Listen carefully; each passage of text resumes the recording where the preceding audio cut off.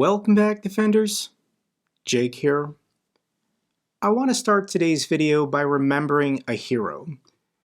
This Ukrainian man's name was Alexander Maskievsky, and he was a Ukrainian soldier in the 119th Territorial Defense Forces. Exactly 1 year ago, he was captured by the Russians during the Battle for Bakhmut. And that's when this video went viral online. Russian soldiers forced Alexander to dig his own grave. They then asked him, "Do you have any final words?" And his last words were "Glory to Ukraine." He stood proud, he stood tall, he stood unafraid of these Russian soldiers. Right before they shot him dozens of times. They murdered him on camera. And these Russian soldiers were so proud of what they did, they uploaded it on the internet. This is who the Russian military is. They murder unarmed prisoners of war, proudly committing war crimes. All these Russian soldiers will be held accountable, and Russia will be defeated. Top story is that Russia conducted a military strike on Odessa, while the Prime Minister of Greece was visiting the city with President Zelensky. A Russian missile struck the Odessa port, killing 5 and injuring others, as the Prime Minister of Greece was only about 500 meters away. The Russians almost assassinated the Prime Minister of Greece. Let me share a little bit of the clip.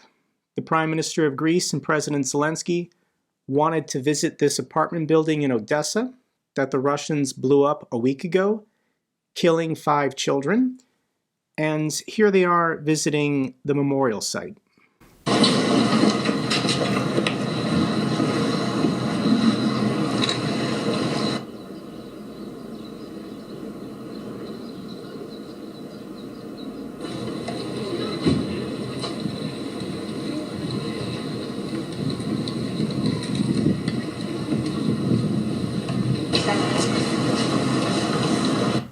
The Prime Minister of Greece and Zelensky did take shelter, but they eventually came out and continued with their press conference. Here's a little bit of what President Zelensky said in the port city of Odessa.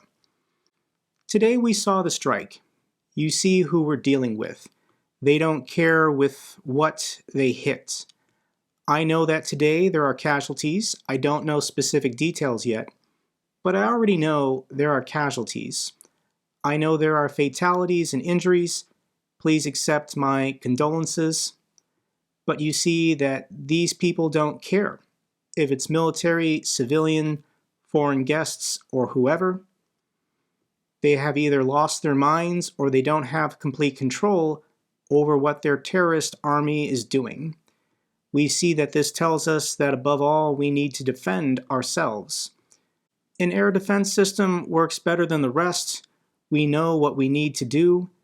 There is the whole plan by our partners. Little by little, we are getting stronger. Slower than we would have liked to. Unfortunately, it is what it is, but it's also a fact that we are getting stronger every day. This is what Ukraine is up against. Nightly attacks by these kamikaze drones. Russia is deliberately terrorizing the civilian population, deliberately targeting apartment buildings, killing women and children, killing civilians. To Russia, it's never a miss. If it hits a military target, great. If it doesn't hit a military target, also great. And here it is, our first look inside Russia's Shahed 136 attack drone factory. Large-scale Russian production of the Iranian-designed Shahed drones could present a range of new problems for Ukrainian air defenses. So the goal of the Russians is to create a kamikaze drone domestically in Russia that is cheaper than a Western air defense missile. They're trying to out-ratio in cost what it costs to attack Ukraine versus what it costs to defend Ukraine. So here's a propaganda clip the Russians put out, proudly displaying their kamikaze drones that they're going to use to kill Ukrainians.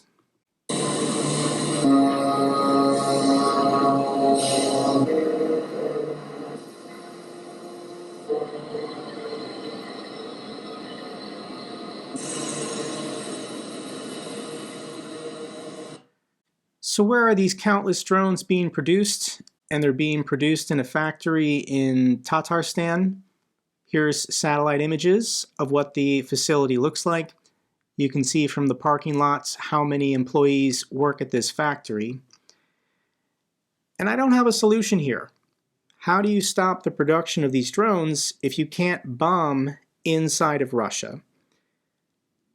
Russia thinks this is the future. They're going to run this factory at full capacity forever because their plan is to conquer most of Eastern Europe. And they think producing millions of these kamikaze drones is how they're going to most efficiently do it. So realistically, the only way to stop this factory from producing is to bankrupt Russia. I think that's the direction this war is going in, but this could take a very long time. Chess Grandmaster Kasparov added to Russia's terrorists and extremists list. I'm actually surprised it took so long for Russia to do this, but they put a chess master on their terrorist watch list. I've been following Kasparov on Twitter the last 2 years. He's a pretty articulate and outspoken critic of Putin. Kasparov was forced to flee Russia back in 2013. This was after Putin was reelected to his third term. And Kasparov said this was coming. He knew more than a decade ago what Putin was planning to do. In response to being added to the terrorist watch list, this is what he says: "An honor that says more about Putin's fascist regime than about me. As Goldwater said, extremism in the defense of liberty is no vice, and moderation in the pursuit of justice is no virtue. But all opposition or simple decency must be called an extremist by the dictatorship." Russia jails journalist for criticizing the Ukraine war. A Russian court on Wednesday sentenced a journalist to 7 years in prison for criticizing the Ukraine offensive in social media posts. Roman Ivanov, 51, found guilty of spreading false information. Wow. So here's Putin's press secretary Peskov, furious that people keep criticizing Russian democracy. Let me just read a little bit of what he has to say. "We will no longer tolerate criticism of our democracy and the statement that it is not as it should be. Our democracy is the best, and we're going to keep on building it. But we will always remain open to countries that are ready for equal, human, mutually beneficial relations. It doesn't mean that we're planning on being or a closed country." So this is the Russian government saying, if you say we don't have freedom of speech, you'll be arrested. If you write we don't have freedom of the press, you'll be arrested. And if you criticize our democracy in any way, you will be arrested. But here's the reality. There is no real democracy in Russia. And I don't know how Peskov can make this argument when all of these pro-peace candidates, anti-Putin candidates, were kept off the ballot. The most famous examples are Ekaterina Dontsova, officially kept off the presidential ballot for spelling errors on her application. Then there's Boris Netizin, also kept off the presidential ballot. The reason given: too many false signatures from the signatures he collected. And then, of course, there's Alexei Navalny, sent to a Siberian gulag prison and then murdered. He can't be president when Putin murders him. So Putin is campaigning. The election is next week. This is the 15th through the 17th. So Putin's doing these scheduled campaign events, meeting with ordinary Russians, and they're asking Putin the difficult questions in a time of war, such as, do you prefer cucumbers or tomatoes?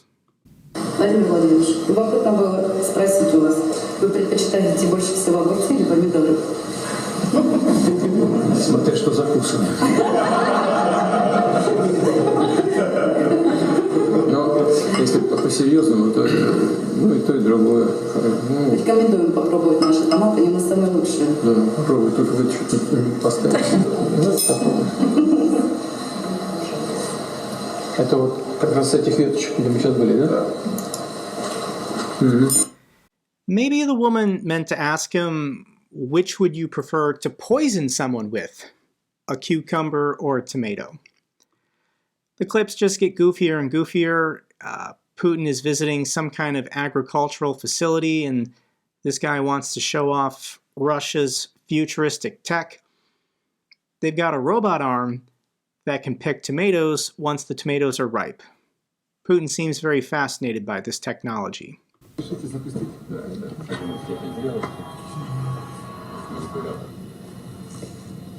Базовые технологии робототипа применены здесь совместно с искусственным интеллектом. Далее, получается, вы видите на экране, как работает система технического зрения, определяя зрелость томата, расстояние до него, я даю команду вам взять его и положить в корзину. Данная разработка. I don't know, guys. How is the West ever going to defeat Russia when they have robot-armed tomato picking technology? This is pretty alarming. Indian men tricked into fighting in Ukraine appeal for help. A video went viral online of a group of Indian men claiming that they were tricked into joining the Russian military. More than likely, they knew what they were doing when they signed the contract. They were trying to get the money. But I guarantee they were told they would be in a defensive support position, and instead Russia sent them to the front lines to be used as cannon fodder. I can show you the clip. Unfortunately, there's no subtitles. They're not speaking Russian, they're not speaking English. I know in India they have numerous different languages. These Indian men are from northern India. But I'll play a little bit and you can just see their body language and hear their tone. These Indian men know they're going to die. नमस्कार, हम सब साथी Russia घूमने के लिए आए थे नए साल पर और हमें यहाँ पर एक एजेंट मिला। उसने हमें यहाँ पर घुमाया फिराया रशिया में और वो बाद में हमें बोला कि मैं आप सबको बेलारूस के लिए ले चलता हूँ, वहाँ पर आप सबको घुमा फिरा के लाता हूँ। और वो हमें बेलारूस लेकर चला गया। हमें इस बात का नहीं पता था वहाँ पर वीज़ा की ज़रूरत होती है। वो हमें ऐसे ही लेकर चला गया और वहाँ जाकर हमसे वो पैसे मांगने लगा। मतलब जो उस India, do you care that Russia is tricking your citizens into joining this war and sending them to die in Ukraine? India confirms citizens fighting with Russian army are dead. Just judging from this picture, this Indian man was probably Muslim, and there are Muslims being targeted by the Russian government. Muslims in the Middle East, Muslims in India are susceptible to this propaganda. Go fight the evil United States, fight the West, fight the colonial powers by helping Russia expand their borders and take new territory. Argument doesn't make sense to me, but it sure would be nice if India cared about the death of their own citizens. And what about the Chinese? Those sneaky, sneaky Chinese. More and more Chinese mercenaries are popping up in the Russian military. Let me play for you this clip. Наш китайский доброволец общается с командиром.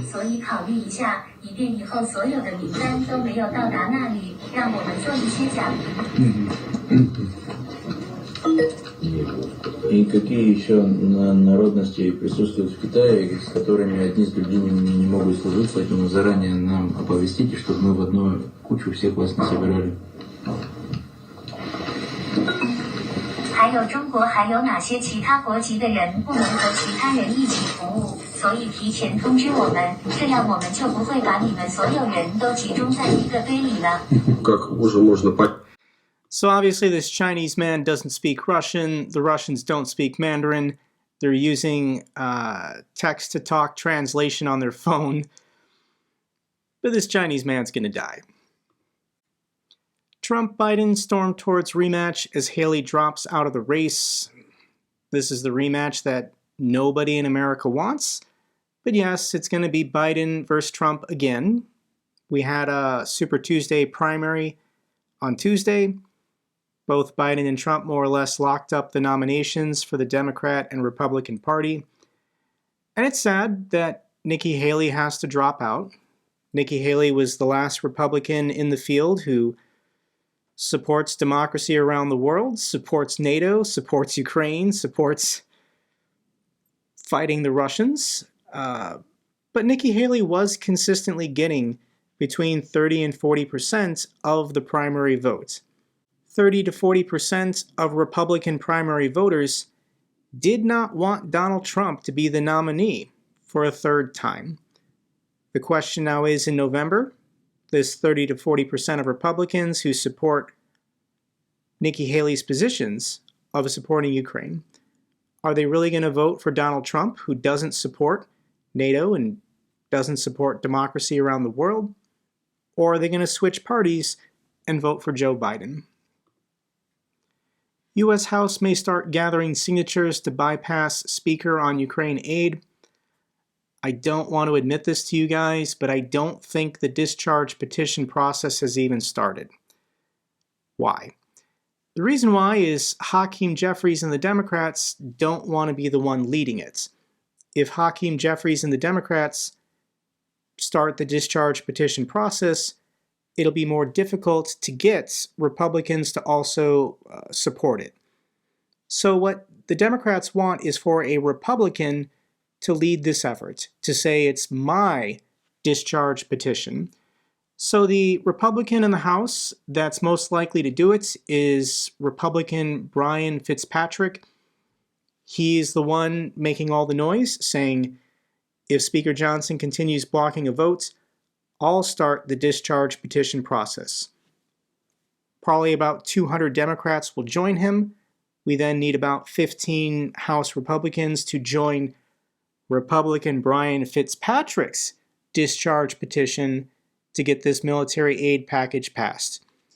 So hopefully in the next week we're going to get progress from the point that it begins, 30 days from there, then we can force a vote. So hopefully by some point in April, this military aid will be passed and shipments can begin from the United States to Ukraine again. President Zelensky's wife declined to appear at the State of the Union address. The State of the Union address is tonight, and this is unfortunate, but President Biden invited President Zelensky's wife, as well as Alexei Navalny's widow. And the reports are, Zelensky's office said the First Lady declined the invitation due to a scheduling conflict with a planned visit to an orphanage, but she's being polite. She didn't want to sit next to Alexei Navalny's widow, given Navalny supported the annexation of Crimea. It's her decision, it's Ukraine's decision, if they feel comfortable interacting with or supporting the family of Alexei Navalny, but I understand why Biden invited both of them, and if the First Lady of Ukraine wants to decline, that's her decision. This is good news. According to David Cameron, London ready to loan Ukraine all of the frozen Russian assets in the UK. Ready doesn't mean something will pass, but I imagine there's got to be a vote somewhere. And what it appears the plan is to take frozen Russian assets in UK banks, give it to Ukraine. Ukraine can then spend that money to buy weapons or do whatever they want with it. And the legal argument here is Russia will forgive this loan after they lose this war. So Ukraine's going to get the money, they're going to spend the money, and once Putin's government collapses and Russia loses this war, part of the conditions for normalizing relations and lifting sanctions is Russia will forgive the debt from the loans given to Ukraine as part of reparations. I'm not saying Russia's going to win the war, but the logic being if Russia wins the war and Ukraine is destroyed, well, the money's gone. Sucks for Russia, they spent your money. I don't know, I think it's a good plan.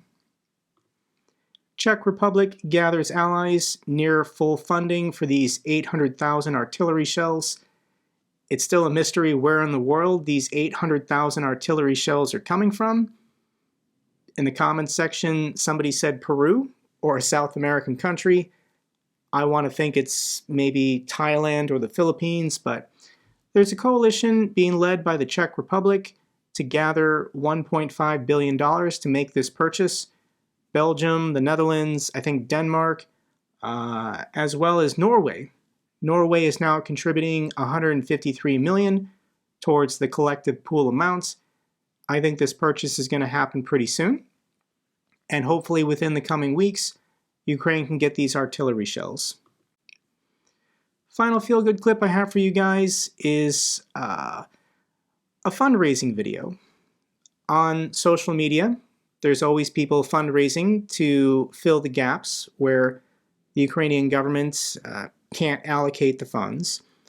And two of the most in-demand items that Ukrainian defenders really want are vehicles for supply runs, and then of course drones. So I want to share this clip. This is a Ukrainian defender with the 79th Brigade doing one of these droned fundraising videos. Hey everybody, it's 79 Air Assault Brigade. Guys, and I want to show you something. Just take a look at this. And take a look at this. Yeah, this is injured drones. They were shot by Russians. And take a look at these holes. But there is one thing. It's much more better when holes in the drones, but not in us, in our soldiers. So we can say that these little birds saving our lives. So guys, if you want to support us, help us to collect more and more drones. We will never have enough of them. So, thank you. Slava Ukraini, and see you. Drones save lives. Ukrainians can never have enough drones. If you want to donate or contribute to this effort, you can go to the social media account for Special Kherson Cat or NAFO 69th Sniffing Brigade. I'll put this link down below where you can contribute, and if you make a large enough donation, they'll even send you a military patch. And I know what you're thinking. Why am I giving money to cartoon animals? And I think the reason why a lot of people online doing these military fundraisers are not using their real names and their faces is because the Russians can target these people. A lot of them live in the Baltics or Eastern Europe, and there are Russian spies and assassins everywhere. So there's lots of fantastic people doing amazing work fundraising for military units, but they have to remain anonymous, otherwise they could be targeted by the Russians. But I've been following this account for 2 years. I've seen the work they've been doing. They're legitimate. Same with the NAFO 69th Sniffing Brigade. I'll put the links down below if you want to support them. That's all for this update video. Glory to Ukraine, glory to the heroes. If you found this video informative, give me a thumbs up. Best way to support the channel. Comments and questions, let me know down below. I love hearing from you guys. Till the next video, keep defending the truth, keep defending democracy.